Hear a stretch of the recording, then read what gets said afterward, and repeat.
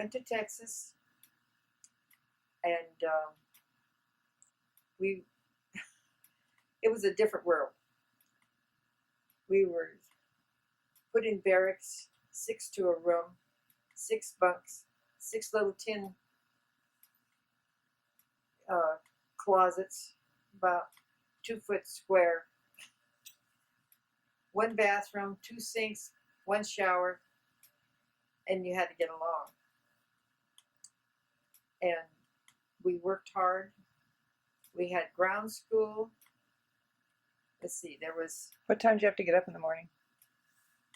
Well, the bugle sounded, we get up in the morning, form outside. And you're supposed to go to breakfast. Well, many of us put our zoot suits over our pajamas to go to breakfast on time, and then come back and get dressed after breakfast.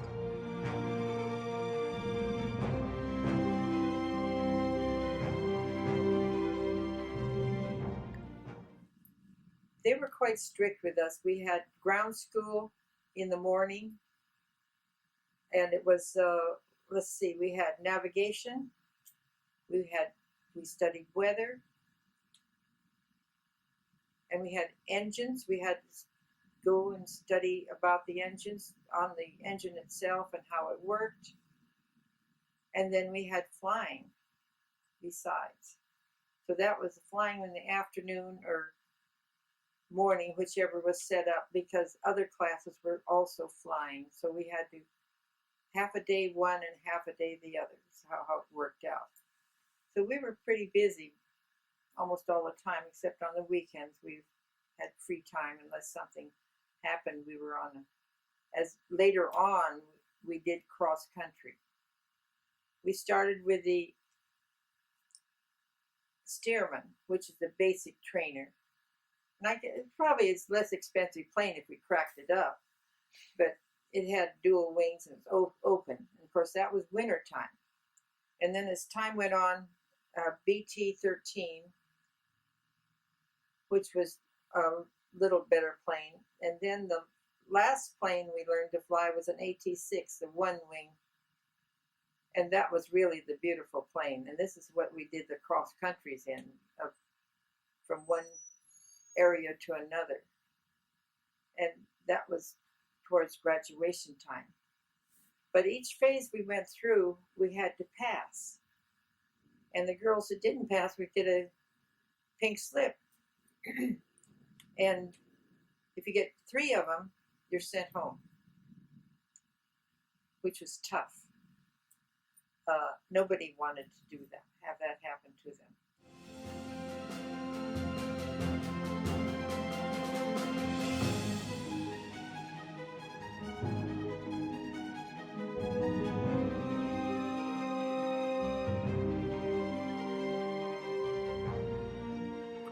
The first planes we learned how to fly was the Stearman, which is open cockpit.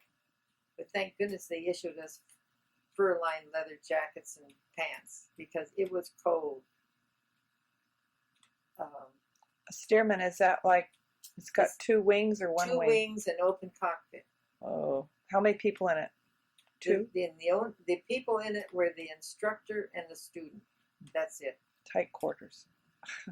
Well, we each had forward and aft.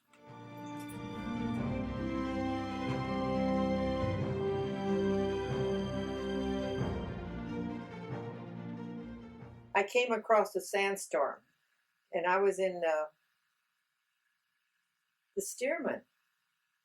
It was open cockpit, and it doesn't have much altitude. And I tried to get over the sandstorm because I was afraid to go through it because my experience in planes weren't that great at that time.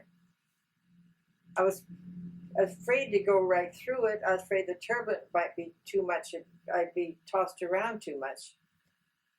So I tried to get over it, and it get a little sputtery, and I thought, well, I better go around one end of it. And I kept going and going, couldn't seem to get up to the end of it. And I was afraid I was going to run out of gas because I was almost on the end of my route for my cross country by myself, my first cross country by myself, which makes it even worse. Oh. And So then I knew I'd passed an airfield. I didn't want to put the plane down in an open field. It's a government plane. I want to get on the government land. So I turned around and tried to land on this airfield. And they gave me a red light, so I'd circled around and came back again. They gave me a red light. So this time I decided I'm going to land it because I'm going to run out of gas. And I didn't want to have anything happen to a plane. So I came in anyway. And they said, "What's the matter? You lost?" I said, "No, I'm not lost. I know exactly where I am, but I was afraid I was running out of gas." So they thought, well, what it was an airfield for men, students. And I didn't care who was there. I didn't care if there was just women there. They have the wrong idea that all we wanted to do was go where the men were. And so I was sort of restricted to quarters except for my meal. And he called up and he told my commanding officers I was lost. And I said, "I'm not lost, sir. I know where I am. I just didn't want to run out of gas." Mm-hmm. So anyway, the next morning I got in the plane and left and went home. And I explained it to the... Did they believe you at the other end, do you think? I don't know if they believe me or not, but what I told them was the truth. Yeah. I mean, they could... About the sandstorm and the gas and everything. Yes. But maybe they didn't experience a sandstorm where they were. But Yeah. It's really scary when you see this long line of solid sand practically and going up to the sky and go the left and right. It's just... And when you're not experiencing going through something like that, you don't know if you're going to be turned upside down. That's right. Caution, I thought, was a little important. Mm-hmm.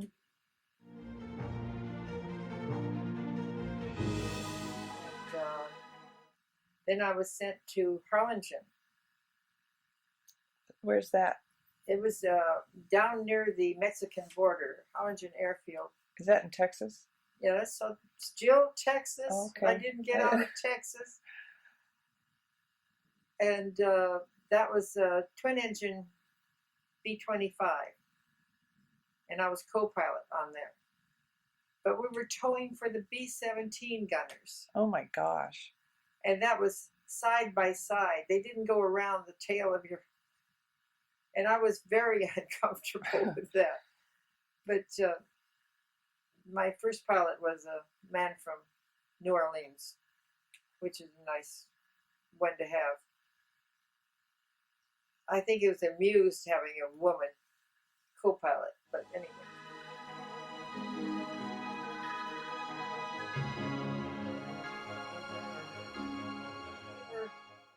When the B-29s came on, they were larger, and many of the men didn't want to fly them. They were larger, and they had never flown anything that size. So the commanding officer of the group got a bright idea. He asked for permission to take 2 of the WASP and train them to fly them. And they did well. And then the men couldn't refuse if the women could fly them. And he still thanks the girls for helping him out. That's good.